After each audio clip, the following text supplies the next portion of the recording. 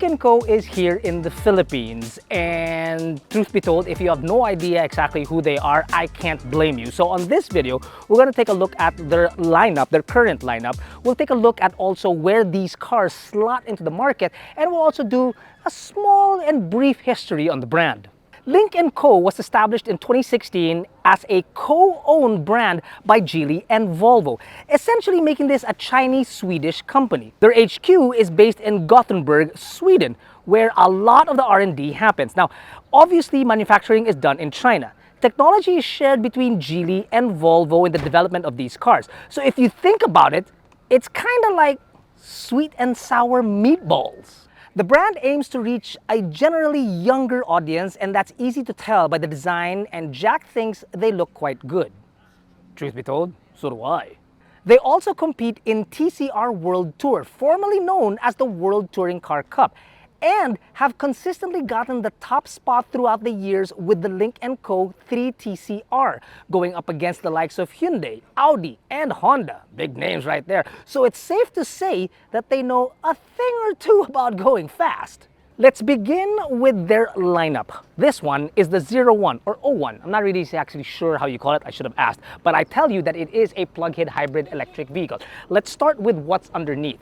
You have a 1.5-liter gasoline engine mated to a 7-speed DCT that pushes out 251 horses and 265 Newton meters of torque. It's also assisted, obviously, by an electric motor, which, by the way, can propel the car almost 70 kilometers just on full EV mode.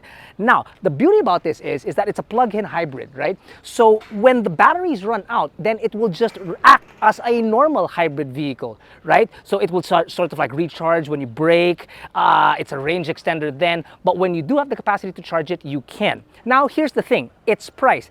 It comes in at about 2.3 million Philippine pesos. Bit of an ouch there, yeah, I understand, but it is a plug-in hybrid electric vehicle, and there's no other one that you can really compare it to in the market. Size-wise, it's closer to that of a Tucson. Inside, you've got leather up the wazoo, large infotainment screen, large instrument cluster. You've got like over 12 inches for the infotainment screen.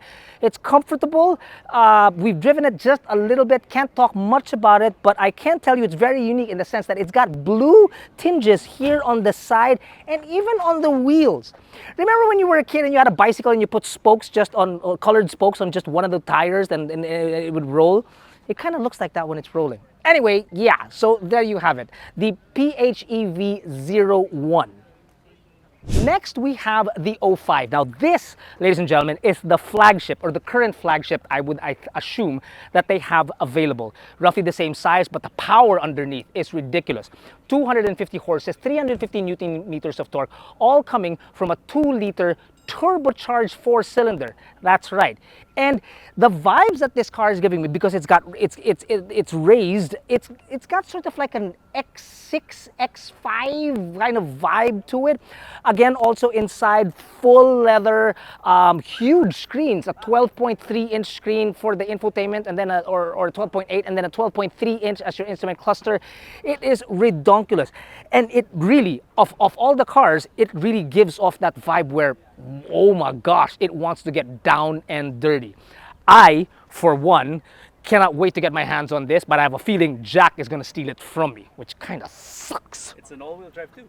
Oh, that's right, it is an all-wheel drive. Wow. And 8-speed, not DCT. 8-speed ISIN. Oh, by the way, important part, I guess you gotta want to know what the price is. That one kind of hurts a little bit.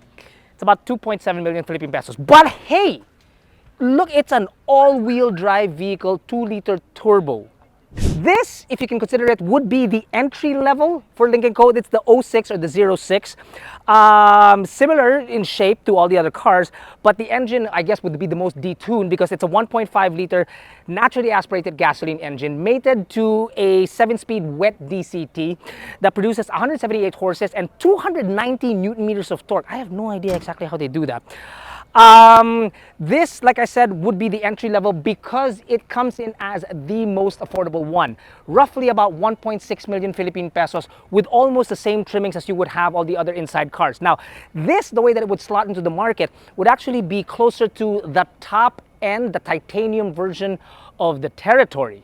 And also the Turbo Seltos. And also the oh, that's right, also the Turbo Seltos. So the whole lineup really makes for compelling arguments here and there. It's a little bit pricey on some, more affordable in the others. But what's interesting enough is that they're here and they have their own design language. If Jack will show you around the exterior, the interior of these cars, and by goodness, they are not bad looking at all. And the fact that they have pedigree with all the races that they've won in Europe and whatnot is really great.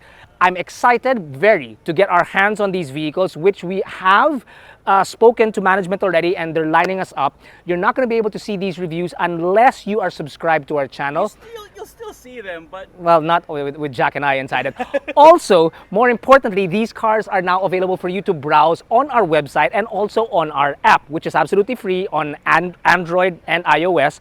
So you can connect to your dealers that are closest to you to get yourself inside these cars quick, fast, and in a hurry. Much faster than these things can go from 0 to goodness knows what. And faster us trying to finish this video because it's starting to rain. It's scheduled to rain in about 3 minutes. So we got to get out of here. Thanks for watching. Take care. Stay safe. Jack, use an umbrella or don't. There might be lightning.